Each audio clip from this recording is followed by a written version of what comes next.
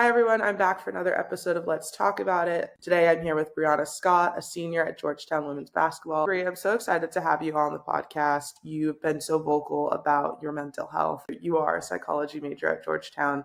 Did you know about mental health before in college, and how has that shaped throughout your experience? I definitely knew about depression and anxiety and all these things, but I never knew what to look for or how to know that I would be in need of help for one of those things. Understanding it at a book level and a study level versus understanding it when you're actually experiencing it is totally different and can be really jarring.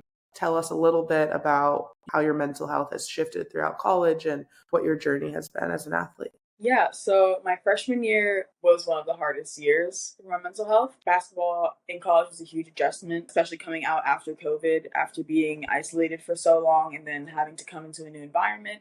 It was very hard, and my team did a great job of making me feel welcomed, but that still didn't negate the struggles that I had mentally. Trying to find my place on the team, of course, as a freshman, getting used to the college life, getting used to college athletics, getting used to going to class and everything. It was really hard, and I had to reach out to a therapist because I was not dealing with it in the proper way. I'm so glad that you were able to get that help. I actually started going to therapy as a sophomore. It was definitely a change for me because I had been so used to handling things myself or just talking to friends or calling my parents. And at a point, it got to something where they couldn't really help me anymore. How were your friends, your parents, your coaches? Were they open to you being in therapy? What was that experience like? My coaches definitely supported me, and so did my parents. Once again, I didn't really talk to them about my struggles because placing that kind of burden on somebody else when they're not exactly sure what to do is draining for not only you, but for them as well.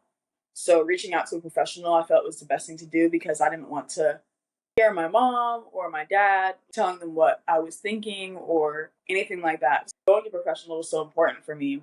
And I'm really glad that my coaches and parents supported me with that because some people don't believe in therapy.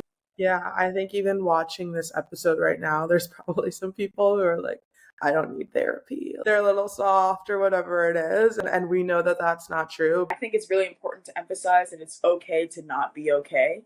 And it doesn't make you a weaker person. It arguably makes you a stronger person for reaching out and getting the help you need as opposed to trying to act like you're the strongest person on the planet when you know that you need help deep down. How do we actually know when it's time for someone to go to therapy? What were some things that were going on, as specific as you can be, that indicated to you that this is different than other times where you could push through? When I would mess up or I didn't have the best day in practice, I would go into the locker room and I would go into the showers and I would cry.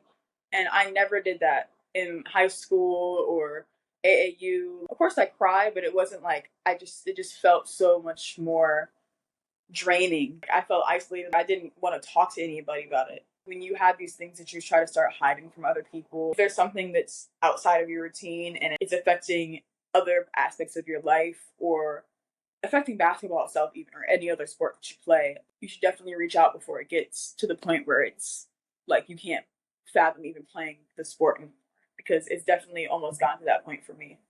Yeah, that's a huge one for me as well. When you were in therapy or just going throughout your experience, what tools did you learn to set you up for the rest of your college experience? I know you said you started when you were a freshman, now you're about to be a senior. What have you learned throughout this experience? Really acknowledge my emotions and not try to suppress them. If you're feeling a certain way, there's often a reason why you're feeling that kind of way. I've also learned how to deal with mental health issues in a healthier way instead of using destructive coping mechanisms to try to deal with it. I guess being more vulnerable to the people around me definitely helped because a lot of times people don't want to talk about mental health around other people. And I feel like that just comes with acknowledging your emotions and knowing what is too much and what you can push through, which is also something that comes with athletics as well. It sounds like you had a really great support system at Georgetown, your parents, but also your trainers, the mental health professionals that you had, even your teammates and your coaches. But, not everyone has that, right? What aspects of that Georgetown experience were really fundamental in your journey throughout your mental health and your career, and ones that you wish that other student athletes also had? We have a system here for mental health services that's available to all students. It's called CAPS. And I think that was it's honestly the most beneficial thing that I have experienced here on the mental health aspect. Being able to see a psychiatrist and not having to pay for those services was definitely very fundamental in getting me to where I am today. And just having somebody to talk to who's not associated with basketball. It's very helpful because sometimes you associate everything with basketball or your sport that you're playing with what you're going through.